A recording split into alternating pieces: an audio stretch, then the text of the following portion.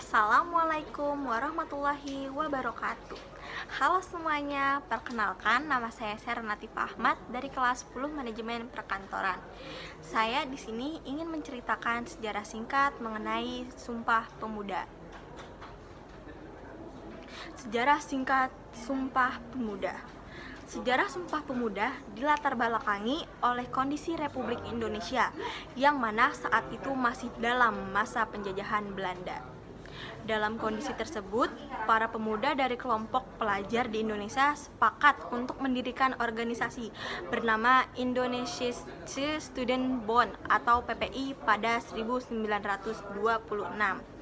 Kelompok PPI ini terdiri dari para pemuda terpelajar yang menempuh pendidikan di Stovia Technische Hogeschool tu Bandung atau THS dan Rechtshogeschool te Batavia atau RHS.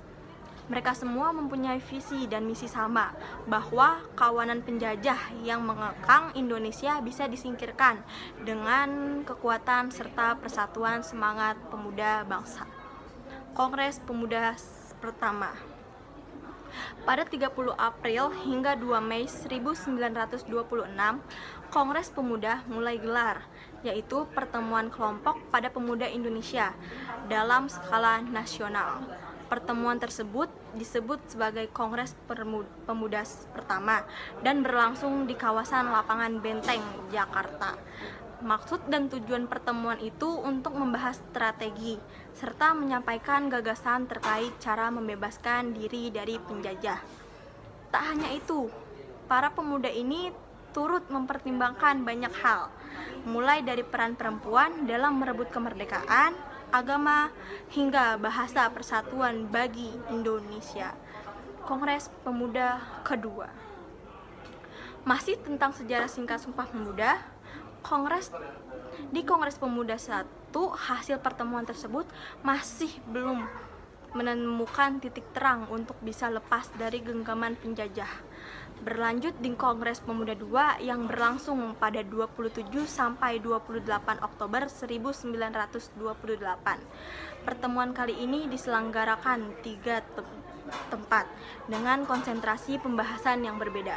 Yang pertama, 27 Oktober 1928, Kongres Pemuda 2 dilaksanakan di Gedung Katholike Jongelingen Bonn, Lapangan Banteng, Jakarta Pusat.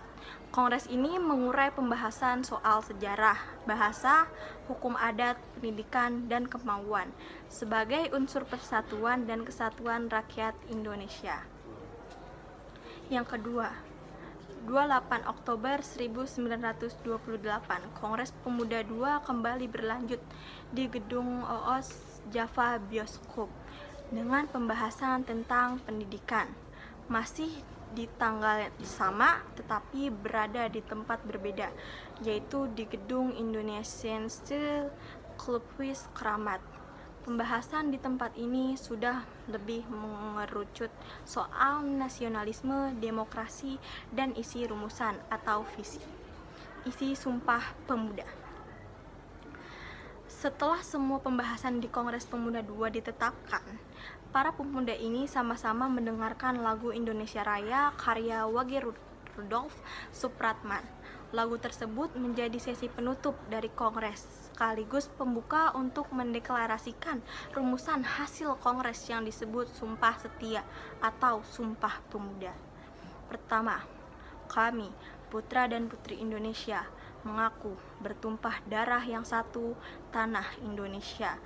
Kedua, kami, putra dan putri Indonesia, mengaku berbangsa yang satu, bangsa Indonesia. Yang ketiga, kami, putra dan putri Indonesia, menjunjung bahasa persatuan, bahasa Indonesia. Lanjut ke tokoh-tokoh Sumpah Pemuda. Tokoh-tokoh Sumpah Pemuda ada 13. Yang pertama, Sugondo Joyo Puspito. Yang kedua, Muhammad Yamin. Yang ketiga, Wage Rudolf Supratman. Yang keempat, Amir Syarifuddin Harapan. Yang kelima, Joko Marsaid. Dan yang keenam, Si Kong Lian. Yang ketujuh, Sarmidi Mangunsarkoro. Yang kedelapan, Nona Purnomo Wulan. Yang kesembilan, Johannes Leimena. Yang kesepuluh, Sekar Maji Marijan Kartosuwiryo. Yang kesebelas, Kasman Singodiemetjo. Yang ke-12, Muhammad Roem. Dan yang terakhir, yang ke-13, Adnan Kapaugani. Itulah sejarah singkat Sumpah Pemuda yang ditetapkan pada 28 Oktober 1928 dan akan selalu diperingati sampai kapanpun. Sekian dari pembahasan cerita singkat mengenai Sumpah Pemuda dari saya. Wassalamualaikum warahmatullahi wabarakatuh.